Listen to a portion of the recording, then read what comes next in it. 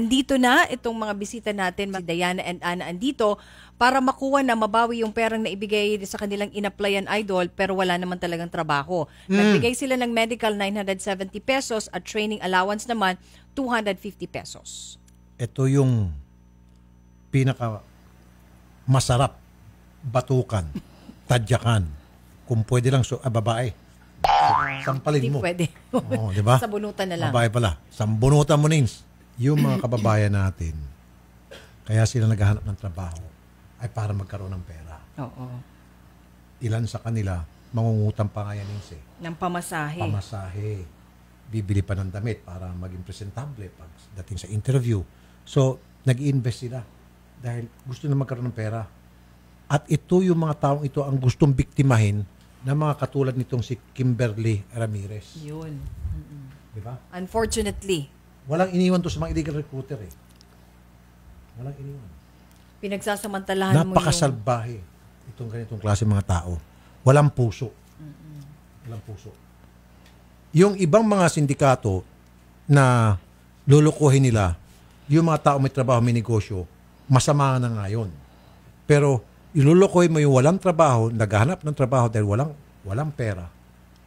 Yun ang tatargetin mong gawin mong biktima. Wala ako may describe eh. Gusto kong murahin kailan bawal eh. Sobrang Baka unacceptable. mapagalitan tayo ng KBP, mapagalitan tayo dito ng MTRCB. Anyway, ayaw makipag-usap. Kaya nga binabante kita, binabante tayo para hinihintay kong sumagot sa telepono.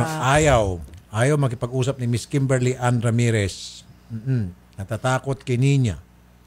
However, may panabla tayo sa kanya, Nins. Siyempre, BPLO na yan, Idol. Sige, kausapin mo. Si Mr. Felman Pagtalunan, BPLO Caloocan. Magandang hapon po sa inyo, Mr. Pagtalunan. Apo, magandang hapon po. Apo.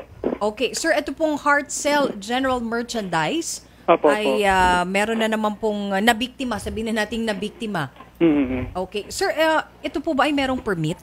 Meron pong permit sila, ma'am. Kaya lang po, ang nakalagay sa kanilang permit is wholesaler.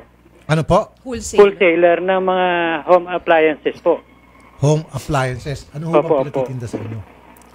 Bali po yung lahat ng mga appliances worth 3 plus pataas. 3 plus. 3,000 pataas. Sir, siguro kailangan maimbestigahan ito at mapasara. Kasi nagagamit po nila yung ibinigay nyo sa kanilang permit ng mga pagnegosyo para manloko po ng kapwa. Apo, sir. Wala naman talaga sila intention, sir, na magbenta ng mga kagamitan, ng mga appliances tulad ng sinabi nila dun sa pag-apply sa inyong permit. Ang purpose lang talaga nila, sir, ay para manloko, kukuha ng pera.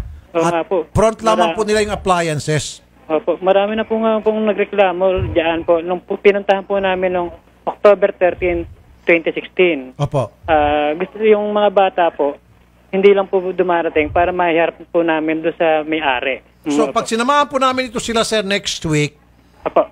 may papasara nyo na po itong Ramirez, ay itong Hardstyle General Merchandise. Sige po, sir. Sa pangalan po ng boss namin, sasabihin ko po agad. Sige po. Kaya Atty. Vergara. Very good. Babawiin nyo po yung permit na binigay nyo para mapasara at wala na maloko to. Apo, sir. Salamat po, sir. Mabuhay ho talaga kayo. Mr. Pagtalunan, God bless po. Sige po, sir. Okay. Ma'am, kailangan po magpakita kayo kasi ang nangyari daw, hindi sumisipot yung mga complainant before, mayroon na rin mga nagreklamo dati, hindi nila tinutuluyan yung pagsasara. So this time, kasama ho kami, pupunta tayo doon sa BPLO and then pupuntahan yung lugar, ipapadlock na po ito. Okay? Para wala nang maloko. Yes po. Sige po, next week po. Salamat po. Sige po, salamat po, sir. Opo.